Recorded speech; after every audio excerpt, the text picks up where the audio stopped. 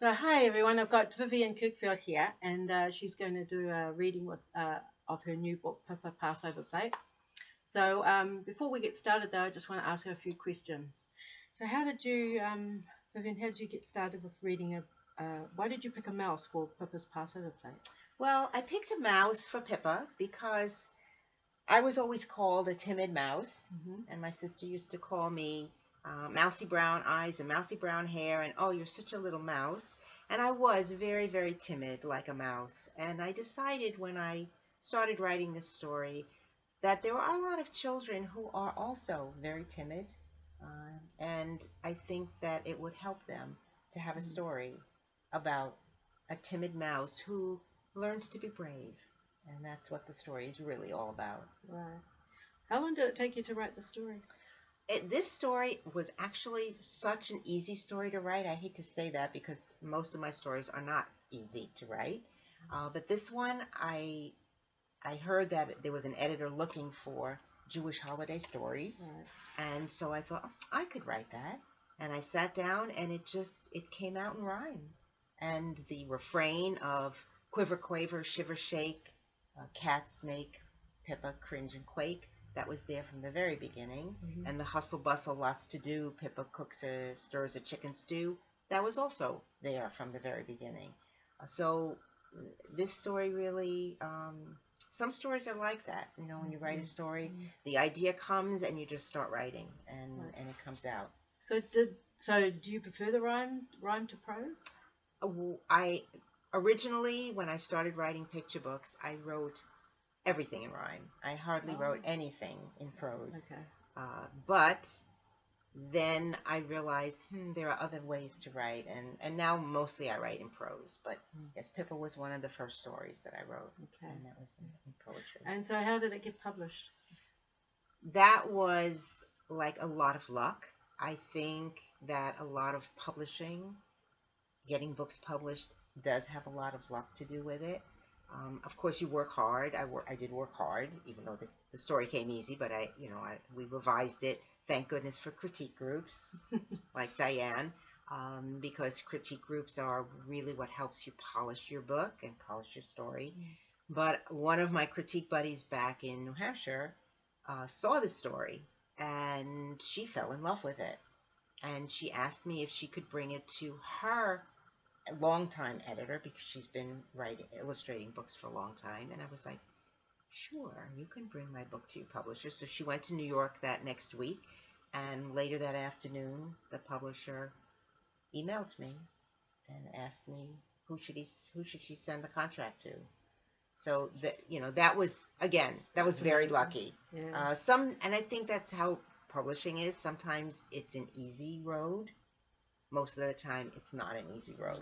No, that was very easy. Yes, it was very easy. Okay, well, thanks for that. What I'll get you to do is, if you wouldn't mind, I know that for a lot of people, it's even more special when an author reads their story. And I think it would be very nice if you could read the story for us. I would love to read the story for you. Okay, you go ahead. Pippa's Passover Plate. Written by Vivian Kirkfield and illustrated by Jill Weber. And I will put my reading glasses on so that I can actually see the words. Pippa's Passover Plate.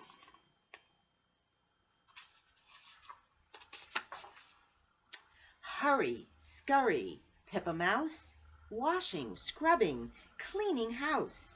Passover starts at 6 tonight. Seder meal by candlelight.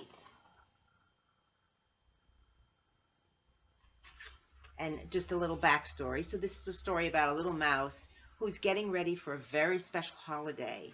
And she needs to clean her house, she needs to cook food, and she needs to set the table. And one of the special plates is the Seder plate that holds 6 different food groups on it. And so she's getting ready for that. Hustle, bustle, lots to do. Pippa stirs a chicken stew. Sets the table. All looks great. Where's the special Seder plate? Uh-oh. And you see who's looking in. cat. Pippa searches in a bin, finds her missing rolling pin. Pippa opens up a box filled with 18 holy socks. Poor Pippa. Pippa climbs upon a chair, stretches up the cupboards bare. Teeter-totter, hold on tight. Weeble wobble, what a fright. Uh-oh. Poor Pippa.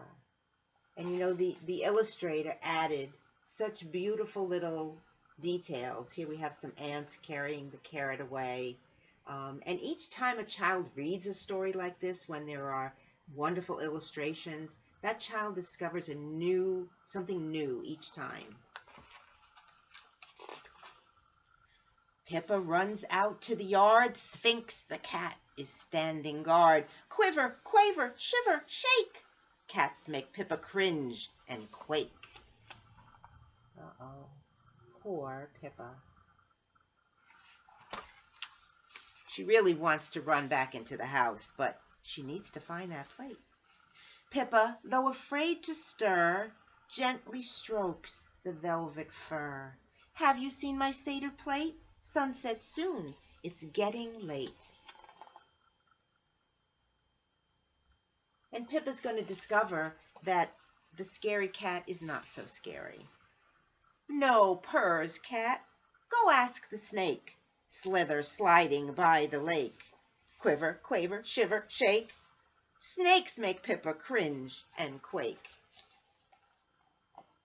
Because, you know, cats and snakes are the natural enemies of a mouse. So she had good reason to be afraid. Pippa scrambles down the lane, offers Snake a daisy chain. Have you seen my Seder plate? Sunset soon. It's getting late. So she made a necklace of daisies, and she gives that to the snake. Kind of a peace offering, I guess. No, I haven't, Snake replies. Go ask Owl. She's old and wise. Uh-oh. An owl. Another natural enemy of poor little Pippa Mouse. Quiver, quaver, shiver, shake. Owls make Pippa cringe and quake. Pippa's afraid of a lot of things, but she doesn't let that stop her. Stumble, tumble down the trail, Pippa prays she will not fail. There's old Mr. Owl. Owls do like to eat mice, you know. In a quiet woodland glade, Owl sits in leafy shade. Have you seen my Seder plate? Sunset soon, it's getting late. No, I haven't seen the dish. Why not question Goldafish? So the owl hasn't seen it. And again, the illustrator has done such a beautiful job. In each spread, she's got the next animal lurking about somewhere. Golda loves to primp and preen. She was once a beauty queen. Seder plate is made of brass, shining like a looking glass. And there's Goldafish.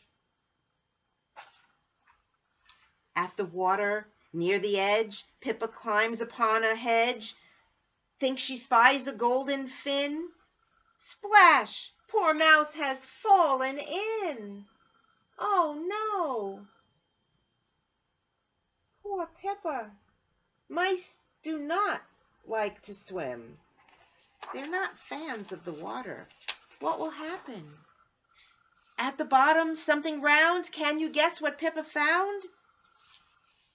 Ball and coin, an old tin can, bottle cap and rusty pan, globe to circumnavigate. Best of all, the Seder plate.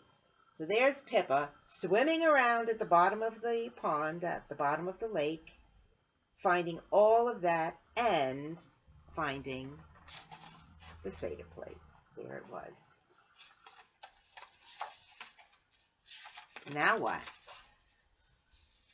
Fish swims up with mouse in tow To the Seder all will go. Phew, so glad that Fish was there to rescue Mouse.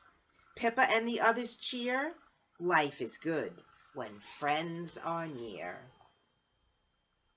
So Pippa was afraid of all those animals, but in the end she discovers that they're going to be her friends, and they wanted to help her. Hide the matzah, let's have fun. Happy Passover, everyone. So they're all having a lovely meal together, and here's the Seder plate with all the special foods on it. And that's the story of Pippa's Passover plate.